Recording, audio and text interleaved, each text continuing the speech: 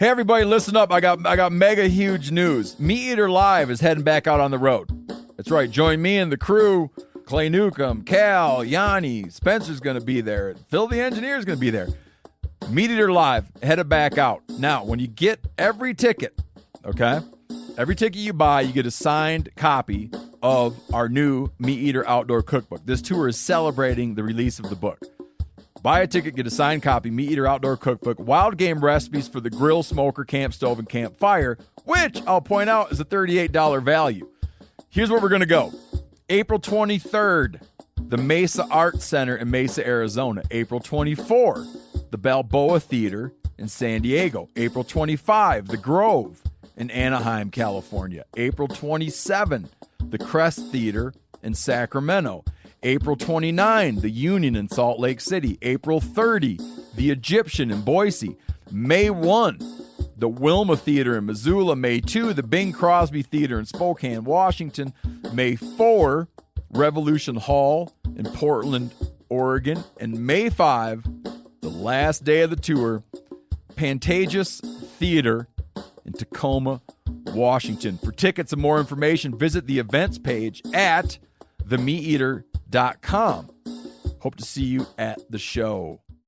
You're listening to the Sportsman's Nation Podcast Network, brought to you by Lacrosse Boots. Now, Lacrosse is at it again with a new line of lace-up hunting boots, the Navigator Series. And in that Navigator Series, there are two models. There's the Atlas for men and the Windrose for both men and women. To find out more information about this new Navigator Series, visit lacrossefootwear.com.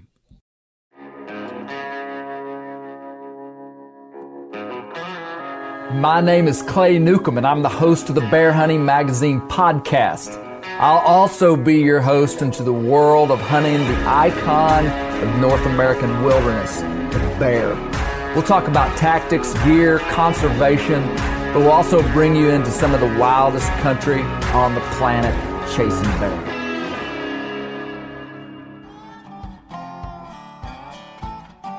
For all you houndsmen out there, check out our friends over at W Hunting Supply, dusupply.com. W has been in business since 2000, so for almost 20 years they've been serving houndsmen, and their biggest thing is that they hunt with the products that they use. They really do. When you call the guys at W or the ladies at W, they know these products. They're houndsmen and houndswomen, and they're going to bend over backwards to give you incredible customer service and stand behind all the products that they sell. They've also got a very unique and custom line of t-shirts, hound t-shirts with cool graphics, and you're going to like W Hunting Supply. Also, check out our friends at Northwoods Bear Products. We're coming into the fall. Bear baiting season is winding down. But we can't talk enough about the fact if you're baiting bears, you need to be using commercial scents, and check out Northwoods Bear Products' full line of scents at northwoodsbearproducts.net. Check them out. And lastly, our good buddies at the Western Bear Foundation. You know, sometimes just having a voice inside of a situation is really important. Sometimes just showing up is the most important thing that we can do. And the Western Bear Foundation is a voice out there with the bear conflict mitigation, and right out there in the heat of the battle right now with the delisting of the grizzly. And they're a voice of reason, and a voice of the hunter, and a voice for conservation, and a voice for the North American model of wildlife conservation out there in a pretty crazy conversation with people that don't understand our way of life. And the Western Bear Foundation is just a voice. Just this week they were petitioning people to for sportsmen to just go to a public event where they were looking for feedback from the public. And again, it's these kind of services that bring attention to needed things in the outdoor community. Anyway, valuable organization. They're driven by membership, nonprofit hunting conservation organization. Check out the Western Bear Foundation. This week, I have a very special guest at the global headquarters today, and that guest is my daughter, River Newcomb. Hi, River. Hi. This is your first time, you're a long-time listener, first-time Yes. guest on the Yes. podcast. Is that right? Yes. Okay. Well, what we're going to do is we're going to talk about River's hunt, because River had a successful bear hunt here in Arkansas about just a few weeks ago. And just this week, we released a video that called River's Bear. And if you haven't seen that video, I don't know if it might be better to listen to the podcast first, but if you're listening to this podcast, you got to watch the video. Of all the video that I've produced, I feel like it's one of the best films, not just because my daughter was in it, which that could potentially make me biased in some way. But the story spanned 2 years, a serious accident, a mule wreck, and an encounter with a giant color-phased bear that we did not capitalize on, and then eventually River taking a really nice bear in Arkansas. I mean, a very nice bear, Pope and Young, 19-inch plus skull bear in Arkansas. But more important than that, the whole sequence of events from the perspective of a father was really powerful, because River had to endure a lot. She had to practice a lot of restraint. And but we're going to talk about all those details. Okay. So River, I want to start off with a little history. When River how old were you when you saw your first bear out there when we were baiting bears? When we were baiting, I was like 4, the first bear I saw. Okay. After I had that dream. Do you remember? I remember that so vividly. Yeah. Tell us that story. Well, we had a bait, and we didn't have any pictures of the bear, Right. and just any bear, and we were gonna move the bait and move it somewhere else. But that night, I was gonna go with you the next day, and that night I had a dream that we were at the bear bait, and there's like cubs. It was just a bunch of cubs. Well, the in bear dream. had left. That's what happened. Yeah. The bears were gone. Like, I was baiting bears. Okay. And I had one bait, and the bears left. And so, I would have come home. You'd have been 4, and it might have been real dramatic. I was really like, young. The bears are gone. Yeah. The And hunt's we were over. gonna take okay, that's probably what happened. And then you had a dream. And I had a dream, and there was just a bunch of bears at the bait. And you And told I me that. begged you. And I you're begged 4 years you. old. Yeah, and I begged you to let us bait it one more time. And so we went out like a couple of days later, and we had the back filled with bread, and we carried it back there. You gave me like a little Walmart sack, and you had a big old trash bag, and I carried it out there. And I was just like dancing through the woods with my little trash bag with bread.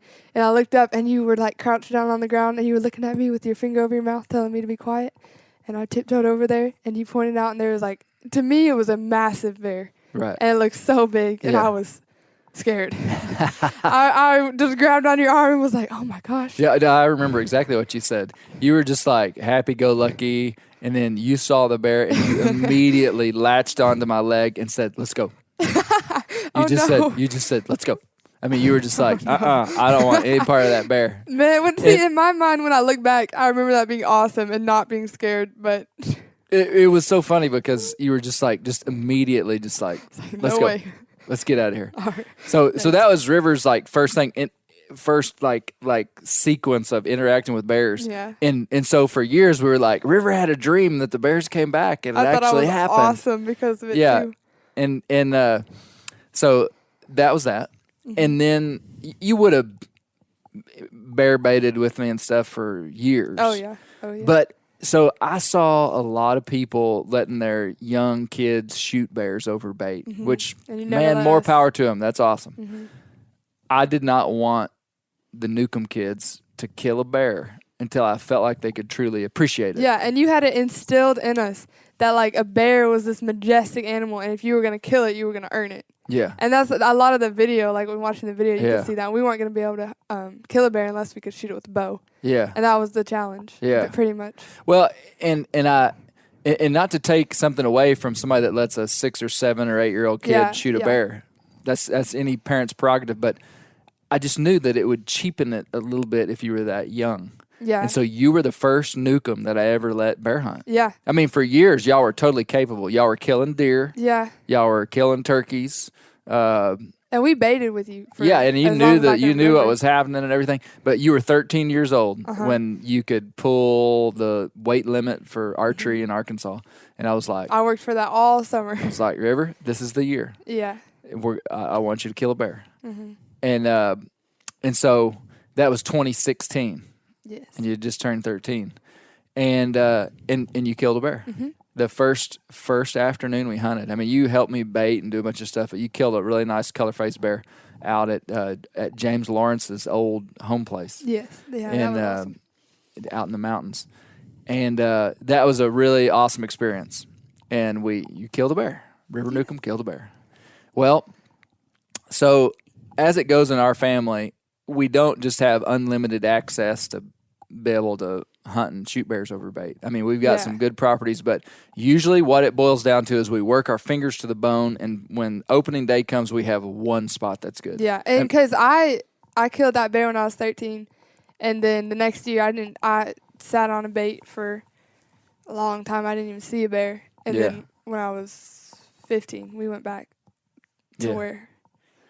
Well, point being, the next year I decided to bypass our oldest son and skip down to our youngest son. Yeah. And let him bear hunt. Yeah, because Bear wanted to kill it on. Well, National we'd Forest. made I feel like every kid is so different that you can't just script out just what they're supposed to do.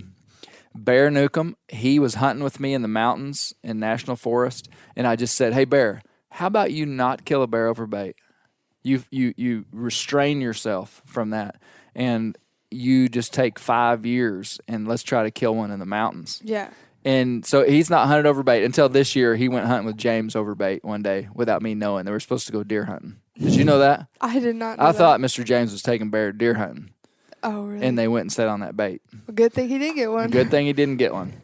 Well, so Bear, River's younger brother, has been bypassed, and Shepherd killed a bear. And I really wanted to kind of throw Shepherd a bone. Yeah. And he had a lot of desire, and for whatever reason, I just felt like I needed to give him a taste of success fairly easily. And I feel like that's played out very well, because now sure. Shepherd is like, I mean, in like He's like June, a better hunter than me. well, in like June, he's like, "Hey, Dad, we got to start shooting, Oh, man. yeah. We got to start getting ready. Where are we going to bait bear? What, he's like, He into always it. makes sure I'm shooting my bow, Yeah. and I'm. Yeah, So he always has me Shepherd's practice 11 with him. right now. Yeah. So I say all that to say, in 2018, we gained access to a piece of property that was inaccessible by vehicle. Okay.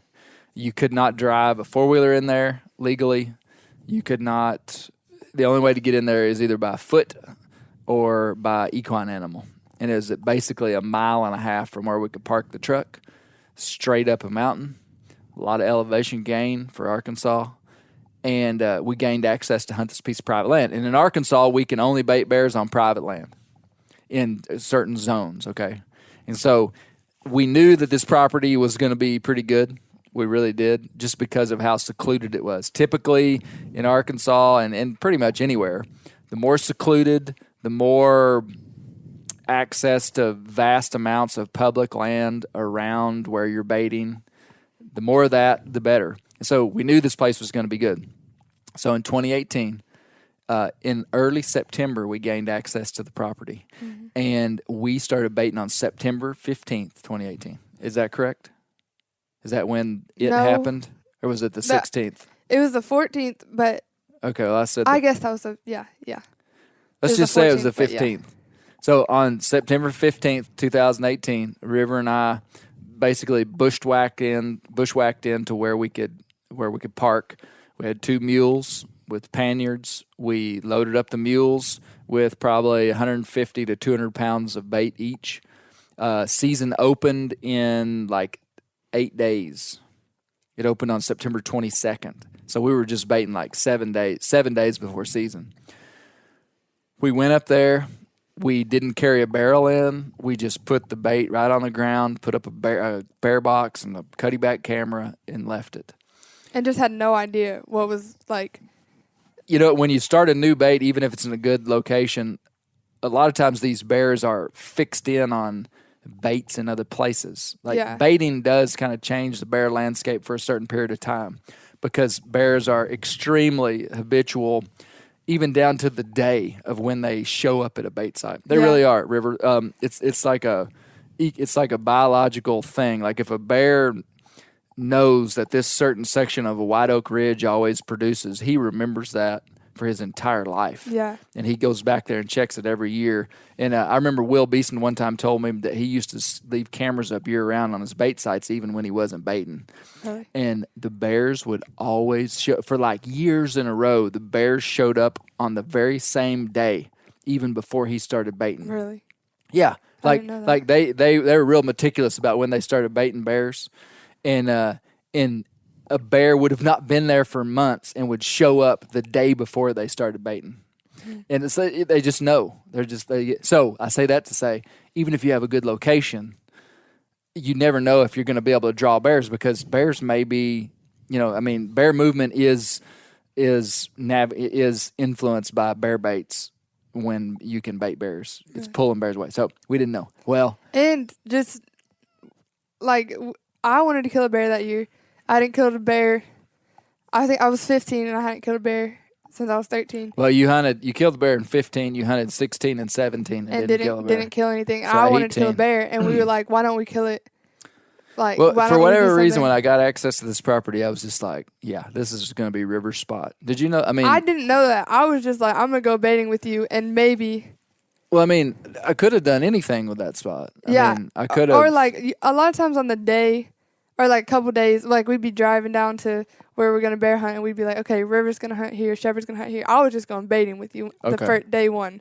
Like, Okay. I didn't know that was gonna be my spot. I didn't know how you hard probably it was just gonna weren't be up paying there. attention when I told you. Probably not. But I just had no, like, I was just going to bait with you. yeah. Like, I wasn't. Well, I had in my mind from the very beginning, for whatever reason, I was just like, this is going to be River's spot because I knew it was going to be really hard. Yeah, pretty quick I realized, like, this is going to be my spot. And this is, like, Yeah. a significant mountain. But, And it was I knew it was going to be incredible. I really did. And I just had this. I don't know. I was just like from the very beginning. I was like, this is gonna be River's spot. I mean, I've never killed a bear up there. yeah. September 15th, 2018. We go up there. We put out our bait. We leave. And it's hard to get up there. We're It's coming. not easy to walk. It's an hour and a half walk. Yeah. And we're leading mules in. Yeah. But on foot. Okay, so we're not riding the mules in most of the time. We're leading the mules in. They're carrying all our gear and our bait. So we're getting a heck of a workout, hour and a half through the mountains up to this spot. Which on the Garmin, it's really only about a mile and a half, but you're gaining a lot of elevation Yeah. it feels for a lot these more than mountains. Yeah, it really does. It really does. But so here's what happened: is we had a riding saddle on my young mule Izzy, which a lot of you guys may have seen us training Izzy and stuff. Well, I was just like, "Hey, River, you want to ride Izzy down the mountain?" And she's like, "Yeah." And I was like, "Okay." And it truly is one of the biggest, just kind of like blind spot mistakes that I've made as a father that put my kids in danger. For real, I look at it like that because I was just like, "Yeah, just ride that 3-year-old mule down this big mountain." And as soon as she got on it, Izzy was kind of just high spirited. I remember you were kind of having a little bit of trouble controlling her. And, Or just the limbs being so low. That's right. And I thought that was just going to be at the top of the mountain. Like, at first, I got caught in, like, a thorn bush. Izzy's like, the second not I a got big on. mule, but she's not a short mule, so you're kind of up in the trees. Mm-hmm. And, yeah, boy, riding in Arkansas, that's the biggest hazard of riding the way that we're using these mules in the mountains of Arkansas is that you're constantly ducking and fighting Yeah. limbs. And you could get raked off a mule pretty easy if you're not moving around and limber and bouncing around. And so I just let her ride, and I was going to lead my other mule down the mountain because we only had a sawbuck. A sawbuck is a pack saddle that you can't ride. So you had a riding saddle. Ellie at the time had that pack saddle, and so there you go off the mountain, and no big deal. I didn't even think a thing about it. Well, directly you get out about 50 yards in front of me, maybe 40. And I see Izzy start trotting. And then all of a sudden I hear you start yelling. And I see Izzy go into a full gallop. what happened, we got out a little ways in front of you, and there's a limb hanging down, and it was just like, it was just about as thick as your wrist, and it was coming, and it was just going to hit me like right in the chest, and so I bent over sideways. She wasn't trotting yet. Okay. And I bent over sideways to duck under that limb, which wasn't smart, and when I bent over, I grabbed the saddle horn. And she took off running. I guess she just didn't like the... I think you squeezed her with your legs, Probably. cueing her to run. That's probably what it was. And she just took off. Like, she was running fast down that mountain. Yeah. And I didn't have the reins, and you were telling me, like, yank the rein. You were telling me to just pull on her. You were telling me to do something. Yeah. And I was just like, I don't have the reins. I was yelling at the top of my lungs. Yeah, and I just wasn't going to let go with that saddle horn. But yeah. And so what I see this mule at a full gallop just disappear over the crest of this steep hill with river sliding off the side. That's the last image I had of you, was you about halfway off of the mule, like going down. And this mule running as fast as a mule can run downhill. Yeah. And ever since we've been riding mules and with the kids involved, I mean, there's inherent danger in pretty much everything that we do. Yeah. And I've always just thought, I mean, this is dangerous, but this is something that we're going to do. And anyway, this was the bad dream that I thought could happen, and it was happening right before my eyes. And I dropped the lead rope on my mule and just take off running, and I finally catch up with you guys, and I see Izzy facing me with no River Newcomb on her back, and I see you head first on the ground on your back with your head down the mountain and your legs up the mountain. Mm-hmm. And I honestly didn't know if you were alive. Yeah.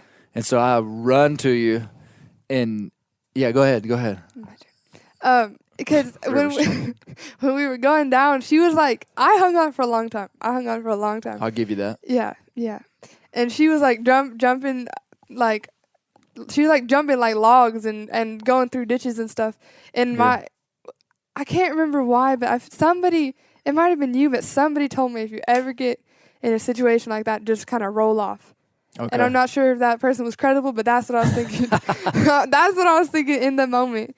And my foot was like stuck in the stirrup on the other side, and I was leaning, I was just riding on, I was not sitting straight up on her. I was like leaned over this way, and she was just running. So you rolled off on purpose? No, but I was like, this is like new news. No. I did not. I think my advice is to ride it out. Yeah, that's what you've always told us. But somebody said if you're going to fall, yeah, that's what you've always told us. But somebody said if you're gonna fall, just roll off.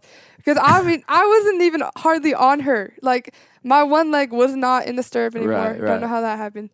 But I was just hanging off the side of her as she was running, and my other leg was just stuck, and I couldn't get it off. And anyways, the saddle kind of broke. Like something happened, and the saddle kind of probably spun a little bit on. Yeah, or something happened, and she jumped over a log, and my leg finally just got loose, and I just hit the ground. And at first, I was just kind of like, what the heck? And I thought if anything was wrong, it was going to be that I had just broken my leg. Okay. Because it twisted inside. Like, I didn't even realize that my head was, bleeding or anything. Yeah. At first. So I run up to you, and I'm like, are you okay? Are you okay? Don't move. And I kind of just started, poking you. And I just thought if she's broken somewhere, you'll be really tender. And I kind of, I couldn't find anything broken. Mm-hmm. And I put my head behind your hand. My hand behind your head and pulled my hand out. My hand had a bunch of blood on it. Yeah. And that's when we saw the cut on your head. Yeah. And we didn't think it was that big a deal, but I remember reaching back and it was deep. You could feel it and tell it was deep. Yeah. But we'll cut. We'll shorten the story a little bit here. Basically, it was a cut so deep that you could see her skull. Mm-hmm. And River walked all the way off the mountain, leading a mule. I mean, we sat there on the ground. I'll tell you exactly what we did. We sat there on the ground, and we prayed, and I just thank God that you were alive. Mm-hmm. And I mean, we're way back in the mountains. No cell cover. I mean, what else are we going to do? We just walked out of there. And you were capable of that. Yeah. And it just shook up and bleeding, and we go to the nearest medical facility and basically have a pretty terrible experience. We stayed there for like 8 hours. Yeah, we were in the waiting room for 6 hours, and then we went back there and sat there for 2 hours. And so River turns out has a concussion, and we believe that she probably fractured her rib. They never did any x-rays on that, but it's because, there's really not much they can do about a fractured rib. Yeah, but a doctor that we know said it was probably fractured. And then she had 8 staples in her head. And without the numbing stuff. Anesthesia. Yeah, it was hours. Like, while the guy came in, like, hours after we'd been there. We sat in the waiting room for 6 hours. And he said, hey, has she been given any Tylenol or anything for pain? And River and I just looked up at him and was like, no, we hadn't seen anybody. Mm-hmm. And basically he was like, oh, my gosh, you've been here this long and hadn't had any pain. And River is like, she's very just physically tough. She's tough. She's been taught to ignore pain like Rambo. Yes, like Rambo. And so anyway, I felt terrible because I don't know, I just didn't think about it. And anyway, they put 8 staples. You said in 7 her in head, the video. And long story short, we're still kind of recovering from that in some ways. But so we had a mule wreck. Mm-hmm. Well, we better start talking about bear hunting. Mm-hmm. So the next year, week. The next week, we go back up on the mountain, and we couldn't get there the first day of opening season. This is stuff we couldn't tell in the video because it was just too complex of a story. But we had like flash floods opening day of season, September 22nd. And we tried to find other ways up there, and we drove back into like the craziest stuff and tried to back a mule trailer out in the middle of the woods. Well, we couldn't cross. There's a creek that we had to cross. Well, we couldn't get across. It was too high. So we tried to go upstream several miles and come in a whole different direction to get back in and we just couldn't do it. So we ended up not hunting the first day of season. We went back up there the second day. The water went down, and we go up there, and it's probably one of the hottest bear baits I've ever seen in Arkansas. And we had one big bear coming in, and River was committed to shoot that bear. I mean, we kind of talked this through, is that if we're going to commit to hunting this spot, we're not just trying to shoot a bear. We're trying to shoot the bear, And so she was committed to wait for a big male. That's what we wanted to do. That was our goal. That's why we put in that much effort and work to go in there. Let me say too, baiting this spot for us was a full day of work. Yeah, because it's 2.5 hours from where we live, one way. So that's basically 5 hours of driving, hauling the mules, loading mules, putting all the tack and taking the tack off. I mean, basically, you left here early in the morning and you got home at dark, baiting this place one time. And so a lot of work went into it. Mm-hmm. We go up there, and the first day, River passed 7 bears, and the big bear never came. Yeah. Do you remember getting out of that stand in the dark? I do. That was the worst. Every single time a bear would come in, I would just be like, that is a monster. Yeah, and I would stand up, and Dad would be like, that's probably a 200-pound sow.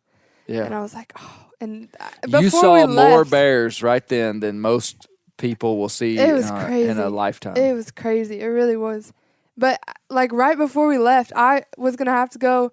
We had a school trip, and I was going to go on the school trip, and I did not want to go on the school trip without a bear. Right. I just did not want to do that because I knew I was going to miss my opportunity. Yeah. And I was at full draw. Like, I was just so close. Finally, right at dark, I was like, if you want to shoot one of these bears, go ahead. Yeah. And there were 4 bears. There were 4 bears at the bottom of the tree. There were 4 bears in front of us, and it was getting dark, and you had to leave the next morning early. And I just knew if I was going to get on that bus and I was going to go on that trip, I was going to come back and there were going to be no bears, and I was not going to get a bear again, and I just did not want to do that. So I was at full draw, and I had that pin on one of the bears. I don't remember how big it was, but I was just like, oh, I can't do it. I'm so glad you didn't. I'm so glad I didn't. Well, this is what I asked if you remembered. So we're, an hour from the truck, way back in the mountains. We got the mules tied up a quarter mile from us, and it gets dark, and that mountain was covered in fog. Mm-hmm. And there were 4 bears within 10 yards of our tree. And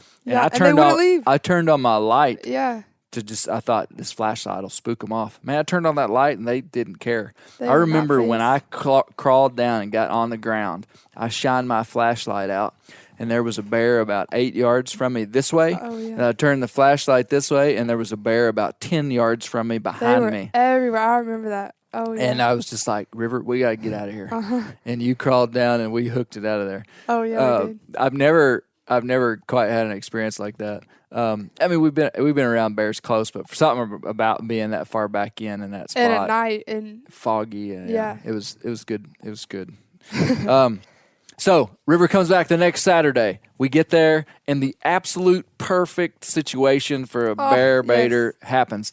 A giant bear had showed up that very day at the bait. Yeah. He'd never been there before. What I believe was probably a 450 to 500 pound solid black bear Yeah. had been there most of the day. And he had just found it that morning. I mean, we could tell by trail camera pictures, like that bear had never been there until that day. In some ways that was good, in some ways it was bad. It was bad because now we were there, and if he smelled us, I knew because he'd never been to the bait, he'd never smelled human there, that he was going to be real sensitive to human intrusion, where the other bears that had been there the whole time we'd been baiting would probably be a little bit more tolerant of the human smell. Well, that turned out exactly right. At 4 o'clock, the big black bear came in and got downwind of us and disappeared, and we never saw him again. Mm-hmm. Am I right? Yeah. We didn't even show that in the video. I mean, you just couldn't, because, I mean, it's just like this image of this, like, bear way off, and I couldn't even tell that part of the story. Well, about 45 minutes before dark, the other bear that we were after showed up. A dark chocolate, very large boar. And it was huge. I mean, it was huge. I haven't officially asked Brian Grebb, my official Arkansas bear bait weight guesser champion, but I'm pretty sure that he would agree that the bear was easily over 400 and probably in the 450 range. It was That's so what I big. believe. Yeah. And the bear smells us. He knows we're there. We're up in a tree stand, and he comes right in. And he's at like 8 yards, broadside, and River shoots him high. Yes. I mean, and you'll see it in the video. It's like heartbreaking. Hits him right in the backstrap Yes. with a 40-pound bow, and the arrow penetrates in about 5 inches, and the bear runs off. We spend the entire next day looking for the bear. We never find the bear. We get trail camera pictures of the bear. It was actually 3 days later. We get trail camera pictures of the bear with a big white spot on his back, fully alive. Yeah. And he continued to stay at that bait the rest of the year, only coming in at dark. And we were crushed. Yes. Oh, my goodness. That was the worst. It was hard to take. That was the worst. It really was hard to take. I mean, obviously, for reasons that could even go unstated, I mean, you know, for new hunters that might be listening to this, I mean, it's a massive deal to wound an animal. Yeah. I mean, that's never your goal. It's an outlier in terms of it doesn't happen that often, but it did. Mm-hmm. The good news is that we knew for sure that this bear lived and was okay, which was fantastic in that respect. We spent the entire next day looking for that bear, and holy cow, I mean, just like it was over. Yeah. Like there's only so many times we could go down there and hunt. It's not like we could just keep hunting for another week. Yeah, and we did. We came back another day, and one bear came in. Yeah, which was not normal for that bait. Things dry up quick. Like in Arkansas, it's like you get this short window before the acorns fall. Yeah. And we knew it was going to dry up quick, and it did. And River and I came out of the season having invested all this work, and we're just kind of like, dang, that it didn't happen. And we were both kind of like shocked and surprised. Yeah. And you learned a lot though, didn't you, River? Oh yeah. Talk to me about exactness. That was a phrase that we kind of used a lot this year. Yeah. In that your arrow was just a little bit off. Yeah, and because of that, I came out without a bear. Yeah, and so I mean, you took that as a principle for your life, though. Yeah. I want to hear you say it. Yeah, exactness was a word that we used a lot in this last year. And like as a hunter, going in, like we know there's a specific spot on that bear that you need to hit. And like we would look at the bear targets, we would look at pictures, and we would watch videos, and like you knew where to hit the bear. And on the day I was like 2 inches off, and because of that I came out without a bear. And there was like, that was kind of a thing that we talked about. I don't really know how to. Well, we talked about it as a principle for life. Is that, there are places where, not just in shooting bows, but in other places in life that, you needed to be more exact and more intentional and aware. Yeah. And I think you did a great job of taking this principle you learned from hunting and applying it back into your life. That's what I heard you say all year. Yeah, Is that you were thinking about that with school. You were thinking about that with other things. Is that, it seems like such a small miss. Yeah. Because it was. Like, if you watch the shot, like even me, in the stand, I'm like, man, I think you probably got his lungs. I mean, like it's like one of those shots that you're kind of like, yeah, it was a little high, but it might work. So it's like, it was inches away from being just a 10-ring shot, but because it was off, the whole thing. I mean, I didn't even and get so a bear. inside of life, man, sometimes you got to be exact. Yeah, and there's just a lot of places, like a lot of practical things, like in school or even at home, where there are things that it's like you can be just 2 inches off, or you can be a little ways away, and if you don't hit the mark, it doesn't count. It doesn't count. And yeah, that was just a thing for that whole year. And so River and I, I've got a confession. We like Adele. Dad likes Adele. And what's the song that we sing? Someone Like You. Talking about that bear. Oh, well, you were the first one that said it. One day we were listening to music on just driving, and this song, it's this really sad, like, love song about how she is looking for someone like you. Oh, and it was talking about this love lost. Like, yes. Adele had this man, she lost him, and now she's looking for someone like you. And so River and I are singing this, and she's like, "This is the bear from last year." Yes, and I was like, "Yeah." And so every time we heard that, I'm serious, I bet we did that many times this year when we heard that song. Yeah, we would say, "This is the bear. We're gonna get that bear. We're gonna get that bear. We're looking for someone like you." And we'd see this huge image of this giant world-class chocolate bear that slipped through our fingers. But we learned from it. And so that brings us to 2019. Yes. Okay. And, honestly, coming off the mountain last year, I'm not sure that you wanted to go back up on the mountain. That it's a really special mountain, because every single time we would walk up that mountain and I would get settled in that tree stand and I'd be like, I am never doing this again. Like, it was not easy. And it kind of sounds ridiculous when you say it's just a mile and a half. But, like, it was not easy to get back. It was not easy to get back up there. Yeah. And, I mean, I had a concussion that whole season, and I had a fractured rib. And, like, that hurts. Like, it was and nothing about that was easy. And you still have headaches to this day. And, yes. Like, it was hard to get up there. Yeah, so that's the one problem with, like, video. Like, you watch this 12-minute video that we made, and you kind of feel like everything was just, like, perfect. Like, you see the tribulation, but it was tough. It really was. And really was. Yeah, River would. I mean, there would be times where we get up that mountain and it'd be so hot. We would have been walking for a long time, and I had a concussion. Yeah. And we would get up there, and it was just like I could hardly and I had a pretty bad concussion. I could hardly. It was hard. Like, it was hard. And we would go up there again and again and again. And every time we'd come out of there without a bear. And one time we came out of there and we were like, I'm going to have to go back up here tomorrow and track a bear that I just wounded. That was hard. That was tough. That was hard for me. I came back and it took me about a week to get back on track mentally. Or just to get excited about hunting again. Yeah. I mean, it was ridiculously hard. And every time we go up that mountain, I would say, I am going down this mountain and I'm never coming back. Yeah. And then I didn't get a bear and I was like, I'm going to have to come back next year.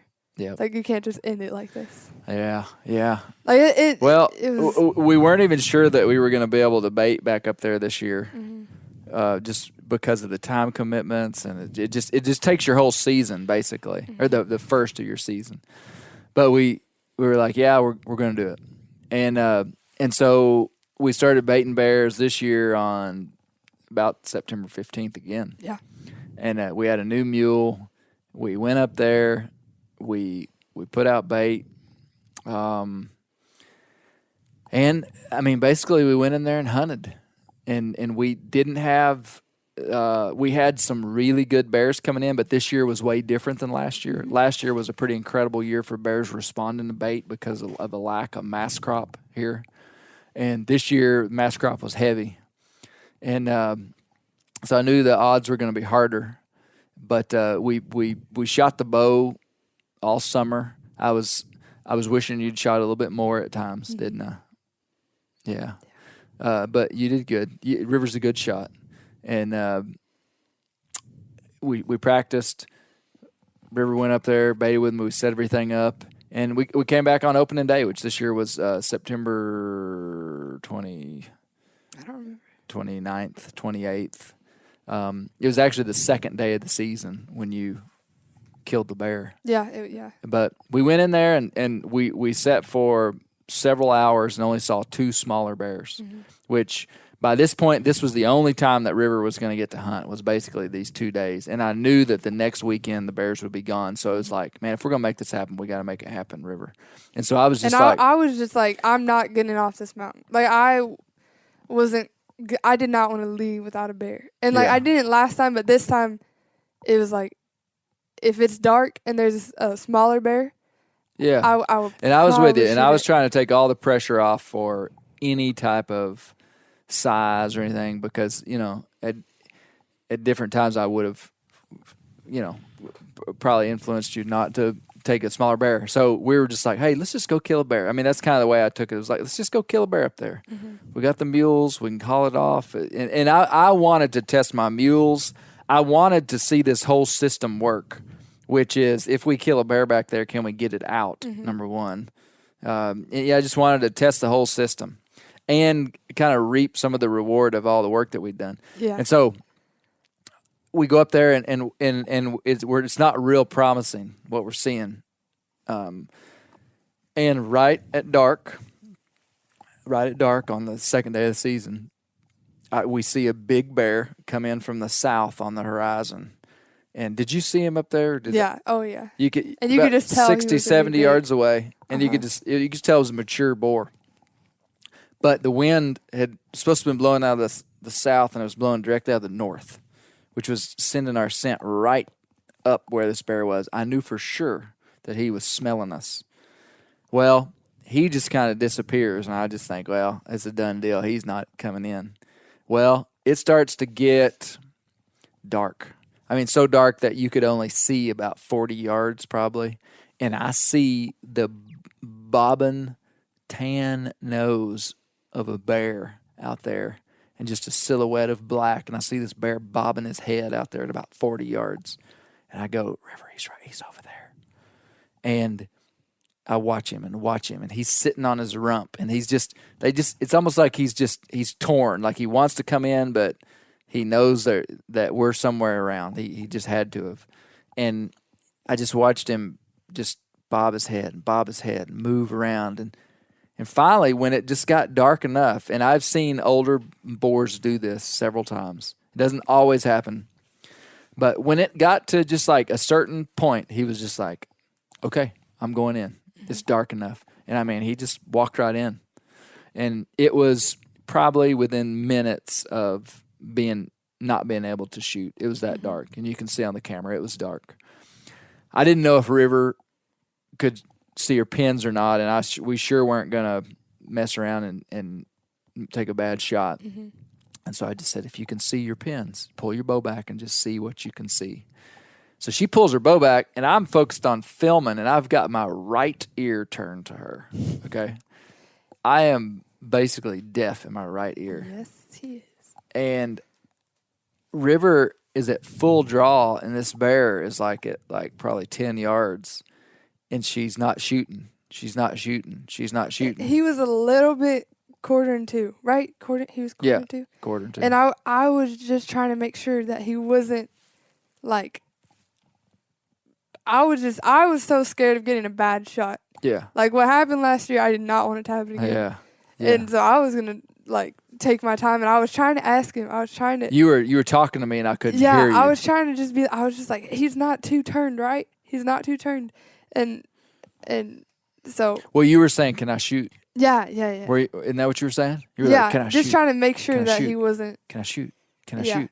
And I'm thinking, but not saying anything. I'm thinking, shoot. And finally, she's held the bow for so long, I lean around the tree and I say, "Let your bow down." And she lets her bow down. And I say, "Could you see your sights?" And she said, "Yeah." And I said, "Why didn't you shoot?" She said, "I was asking you if I could shoot." And I said, "Shoot." Yeah. Is that about the way it happened? And when you said let your bow down, I thought you were going to tell me not to shoot it. Well, I don't know why, but I was like, I told you here. let your bow down because you held it for so long. Yeah. I was afraid you were going to get tired and maybe make a Yeah. bad shot. And so when you let your bow down, I said, "Could you see your pins?" Yeah. And you said, "Yeah."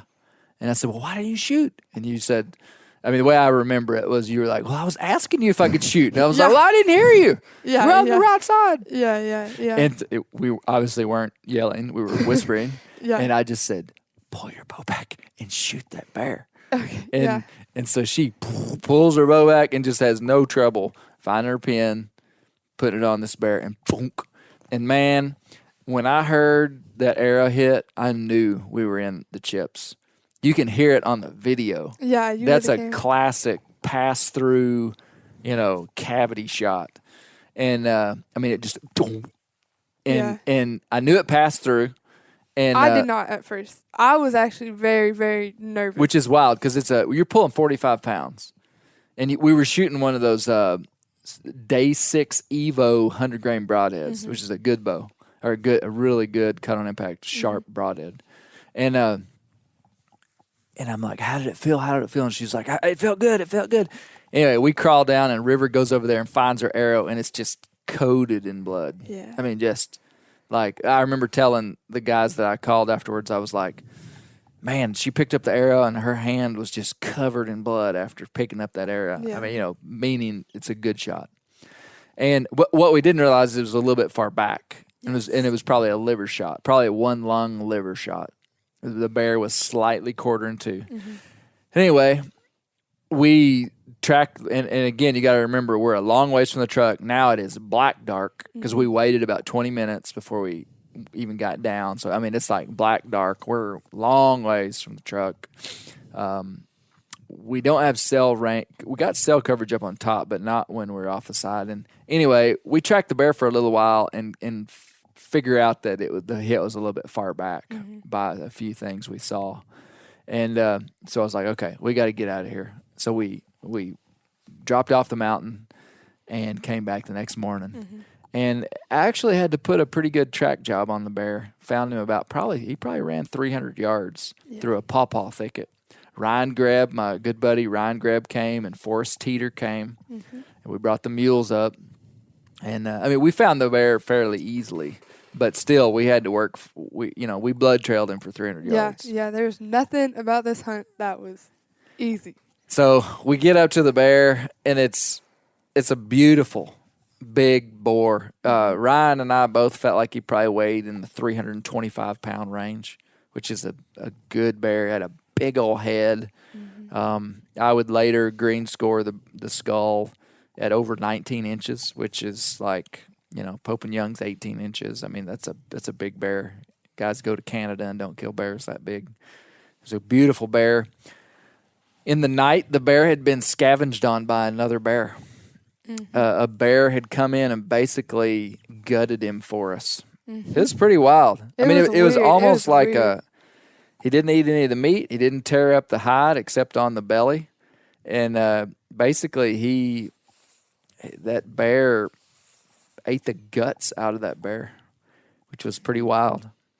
And while we were skinning your bear, a bear came in on us and got about 8. It was coming back to the carcass to get some more dinner. The wind was in our favor, and the bear got to about 8 yards from us. And we just sat there and we're just going to watch it, And it spooked when it finally saw us or got downwind of us one.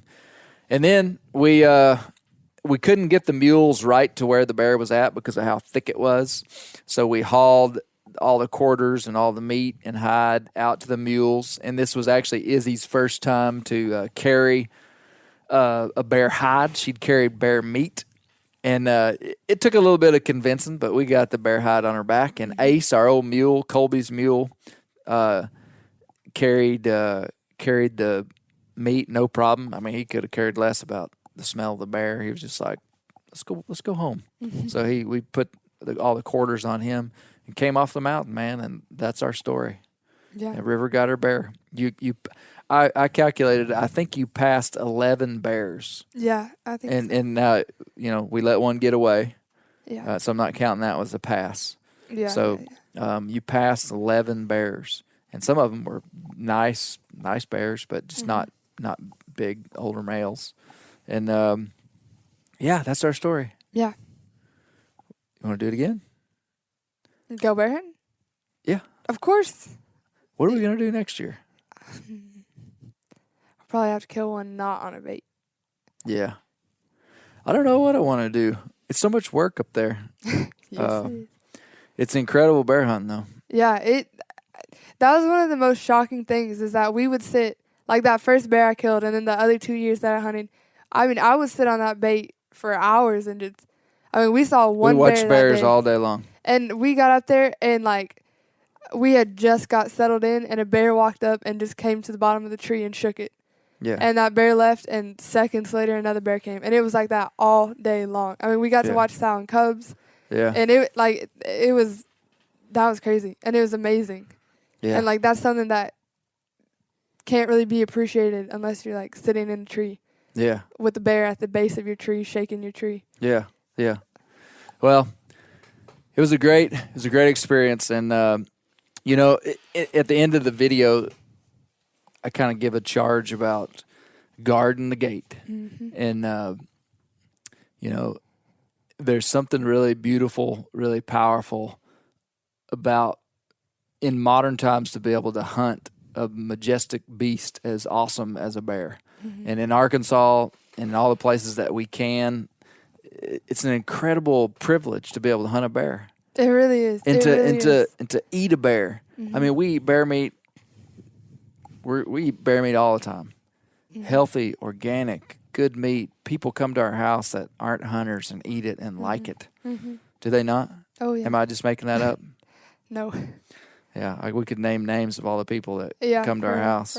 And Bear Newcomb has been winning some bets at school. There's a little boy at school that is not from.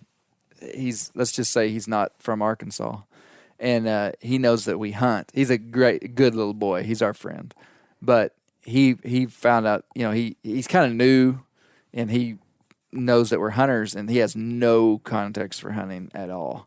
And so he's like asking my son Bear, "Why are y'all hunting? Why are y'all hunting bears? Why are you even killing them? You just like to kill them." And Bear's like, "No, yeah, we do like to kill them, but we eat them and we use the hide and it's good." And Bear said he quote unquote gave him the conservation speech.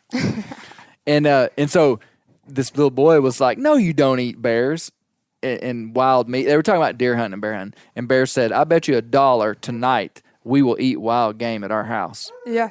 And that night he came home and he said, "Dad, what are we having for dinner?" And I said, "Bear chili." We had bear chili. What do we have? No, it was bear nachos. Oh, yeah. It was ranch bean bear nachos. That's what we have. And he said, "Yes." And I said, "Why are you saying that?" And he said, "I just want to bet with such and such." And then so it came back to the next day. And Bear said, "I bet you he bet him $2. Did they bet $1? Yeah, and the bets keep going up. Okay, that's the way I heard it. He's like, we're gonna have to tell him to stop. He's done. They're just kind of joking. They're really not exchanging money. But Bear was like, "I bet you $2 that we eat wild game tonight at our house." And Bear had no knowledge. And he comes home and he says, "Dad, what are we doing?" And I said, "Man, we're having fried deer meat tonight and potatoes." And he was like, "Yes." And I was like, "Yeah, I know it's good dinner." And he's like, "No, I'm happy because I won another bet." He's about to get some money. So now, a point being, the lifestyle that we live, we're privileged to be able to live it, and guarding the gate. What guarding the gate means is that the bear hunting is the lowest rung on the ladder for the anti-hunting community to enter into our sphere of hunting. It really is. Mm-hmm. They're not after elk hunters. They're not after dove hunters. They're not after duck hunters. They are after bear hunters. And so bear hunters in 2019, we have got to have a powerful narrative and a powerful ethic for why we do what we do. And, we talk about it all the time, but I mean, hunting over bait is highly selective, and you were a powerful display of that, young lady. You passed 11 bears. You passed juveniles and females and waited for an older, mature male. Mm-hmm. And my buddy Brad Green always tells me that I need to say that that's not always the best thing for conservation. Some management plans want you to take whatever bear or whatever mm-hmm. type of animal, because there's sometimes when they're trying to reduce the population, mm-hmm. So I will say that. I mean, it's not every bear hunter shouldn't always just do what we're doing, but mm-hmm. so that's true. But guard the gate means having an intimate knowledge of why we do what we do, why we use hounds as a management tool for bears, why we use bait as a management tool, why it's ethical. It's actually really ethical way to hunt bears, because you know where they're going to be standing. You can set up your tree stand in such a way that you're going to get a good shot. You get to age these bears, sex these bears. You know where the sows are. You know where the sows that have cubs because of pictures, and it's actually a really clinical way to manage bears. Also highly challenging, also very difficult to kill an older mature male over bait, and super exciting and adventurous. I mean, I think we hunt for a lot of different reasons. We hunt because hunting is a management tool. We hunt because we want meat, hide, claw, and fang. We want wildlife-related commodities. We want bear oil that's sitting in our window, like right there. Mm-hmm.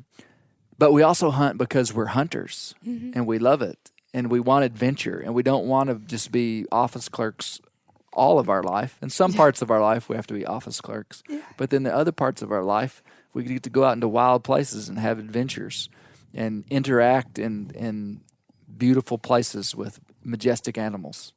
Yeah. And that is an experience that is powerful. And that's what people that don't hunt don't understand. And it's not their fault. They've never seen it. They don't know. Yeah, you can't have, when people, if you're going to respect that animal, there's nothing that'll teach you how to respect a bear more than looking at it head on and staring in the eyes of a mm-hmm. monster bear, or walking up to a bear that you just killed and laying your hands on that bear and knowing mm-hmm. no man has probably ever even mm-hmm. seen this and much less touched it. Mm-hmm. That is the most beautiful thing in the world. Yeah. Is putting in all that work and hiking up that mountain and just watching bears all day. That's how you gain respect. Yeah. And there's nobody in the world that can respect those bears more than people that have done that. Yeah.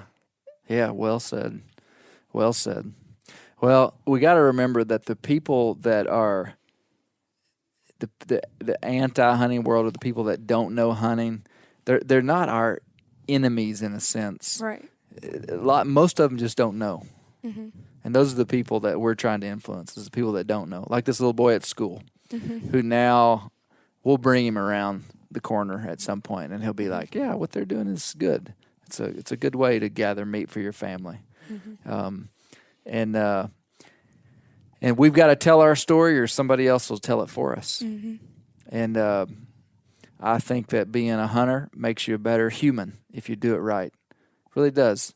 Did we not, on that mountain, River Newcomb, when we came off that mountain, I said, let's make a deal. I said, I think God has helped us.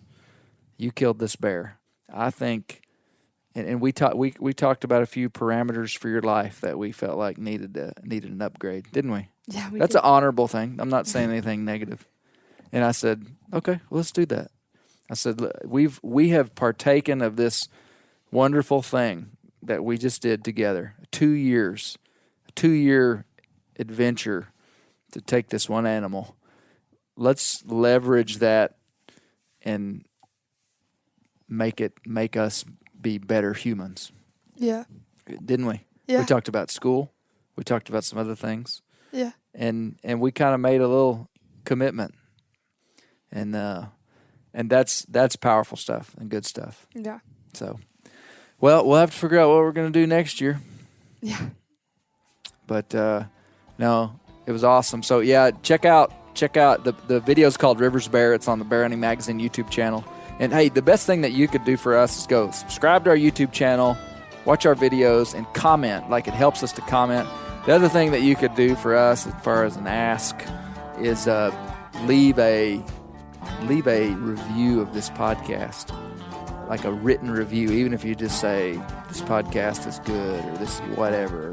Just leave us a review. Give us some stars on how we're doing.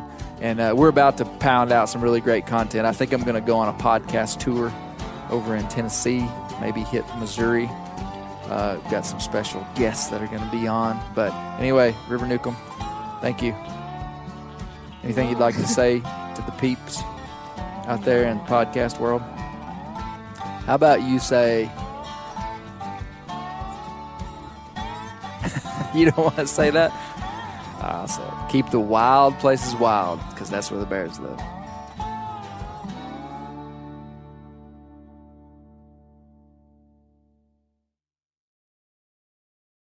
Hey everybody, listen up. I got mega huge news. Meat Eater Live is heading back out on the road. That's right. Join me and the crew. Clay Newcomb, Cal, Yanni, Spencer's going to be there. Phil the engineer's going to be there. Meat Eater Live headed back out. Now, when you get every ticket, okay? Every ticket you buy, you get a signed copy of our new Meat Eater Outdoor Cookbook. This tour is celebrating the release of the book. Buy a ticket, get a signed copy, Meat Eater Outdoor Cookbook, wild game recipes for the grill, smoker, camp stove, and campfire, which I'll point out is a $38 value. Here's where we're going to go. April 23rd, the Mesa Arts Center in Mesa, Arizona. April 24, the Balboa Theater in San Diego. April 25, the Grove in Anaheim, California. April 27, the Crest Theater in Sacramento. April 29, the Union in Salt Lake City. April 30, the Egyptian in Boise. May 1, the Wilma Theater in Missoula. May 2, the Bing Crosby Theater in Spokane, Washington. May 4, Revolution Hall in Portland, Oregon. And May 5, the last day of the tour, Pantages Theater in Tacoma, Washington. For tickets and more information, visit the events page at themeateater.com. Hope to see you at the show.